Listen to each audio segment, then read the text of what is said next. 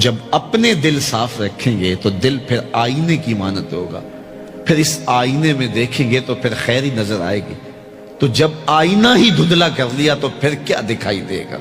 اس لیے اپنے دل کو ستھرا کریں، اپنے دل کو پاک کریں، پھر اپنے دل کے آئینے میں تمہیں ہر کوئی اچھا ہی دکھائی دے گا نا۔ کس کو پتھر مارے ناصر کون پرایا ہے، دل کے شیش محل میں ایک ایک چہرہ اپنا لگتا ہے۔ تو پھر دل مصفا ہو گیا، دل مزکا ہو گیا، تو پھر جو ہے وہ پاکیزگی ہی پاکیزگی ہے، نور ہی نور ہے۔ خشیت الہی جب بندہ مومن کے اندر اتر آتی ہے تو پھر اس کا اندر سنورنے لگ جاتا ہے۔ جہاں کوئی کیمرہ نہیں ہوتا، جہاں کوئی ایجنسی نہیں ہوتی، جہاں کوئی دیکھنے والا نہیں ہوتا، وہاں یہ خوف طاری ہوتا ہے کہ میرا رب مجھے دیکھ رہا ہے، اور یہ تصور انسان کی زندگی کے اندر خیر لاتا ہے۔ خشیت الہی باطن کو نکھارتی ہے، سجدوں میں لذت پیدا کرتی ہے، رکوع اور قیام میں سرور پیدا کرتی ہے، یہ نیتوں کے اندر خلوص اور للہیت پیدا کرتی ہے، یہ تمہارے اعمال کے اندر حسن پیدا کرے گی۔ اگر اللہ کی خشیت باطن میں نہیں ہے تو کھوکھلے عمل ہوں گے، ریا ان پر مسلط ہو جائے گی، دکھلاوا آ جائے گا، عجب آ جائے گا۔ ہم تو نماز پڑھنے لگ جائیں تو بے نمازیوں کو حقیر سمجھنے لگ جاتے ہیں۔ وہ کیسی نماز ہے جس نے ہمیں تکبر میں مبتلا کر دیا، جس نے ہمارے دماغ میں غرور بھر دیا، ہمیں لوگ بونے بونے اور چھوٹے چھوٹے دکھائی دینے لگے اگر ہم نے جو ہے وہ چند سجدے کر لیے۔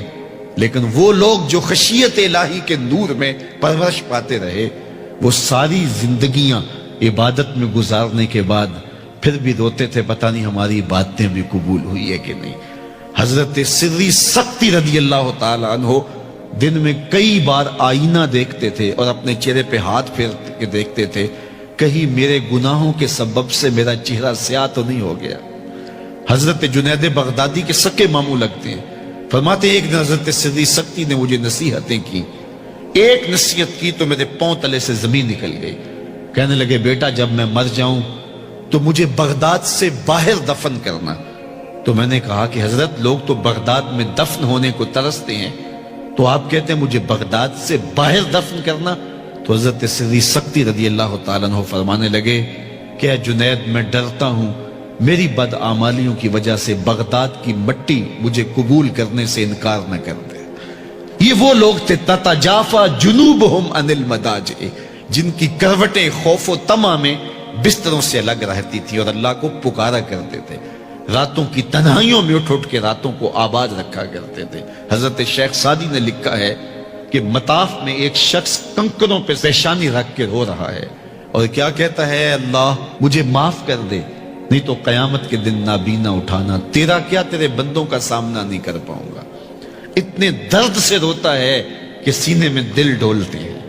ایک شخص تو اپنا طواف چھوڑ کے اس کے پاس کھڑا ہو گیا، اس کی پشت پہ ہاتھ پھیرنے لگا، حوصلہ رکھ اللہ بڑا کریم ہے، حوصلہ رکھ اللہ بڑا رحیم ہے، اور اس کو تسلی دینے لگا۔ اور وہ اتنے درد سے روتا ہے، اس کی چیخیں سنی نہیں جاتی، مطاف کے کنکروں پہ اس کے آنسو گرتے ہیں اور کہتا ہے اے اللہ مجھے معاف کر دے نہیں تو نابینا اٹھانا، تیرا سامنا تو بڑی دور کی بات، تیرے بندوں کا سامنا نہیں کر پاؤں گا۔ تو اس شخص نے طواف چھوڑ دیا اور اس کو تسلی دینے لگا۔ تھوڑی دیر کے بعد وہ شخص جانے لگا، چہرے پہ اس نے پردہ اڑا ہوا تھا۔ تو اس شخص کو تجسس تھا کہ میں دیکھوں یہ کون ہے جو اتنے درد سے روتا ہے اور اس کو سمجھاؤں کہ اللہ بڑا کریم ہے۔ تو وہ اس کے پیچھے چل پڑا۔ تو جب اس شخص نے نقاب سے پردہ اٹھایا تو اس شخص کی چیخیں نکل گئیں، فائزہ ہوا الشیخ عبد القادر جیلانی۔ تو یہ زاروں کے تار رونے والا شیخ عبد القادر جیلانی تھا۔ آج پیر کہتا ہے کہ میں تمہیں بخشوا دوں گا، ضمانت فراہم کر رہا ہے۔ یہ حضرت غوث اعظم رضی اللہ تعالیٰ عنہ یہ خشیت، یہ عاجزی، یہ نیاز مندی اللہ کے حضور پیش کر رہے ہیں۔ جب تک خشیت کا یہ عالم بندے کو اوپر طاری نہیں ہوتا اتنی دیر تک اس کے عمل اس کے اندر عجز پیدا نہیں کریں گے، عجب پیدا کریں گے، ریاکاری پیدا کریں گے، تصنع پیدا کریں گے۔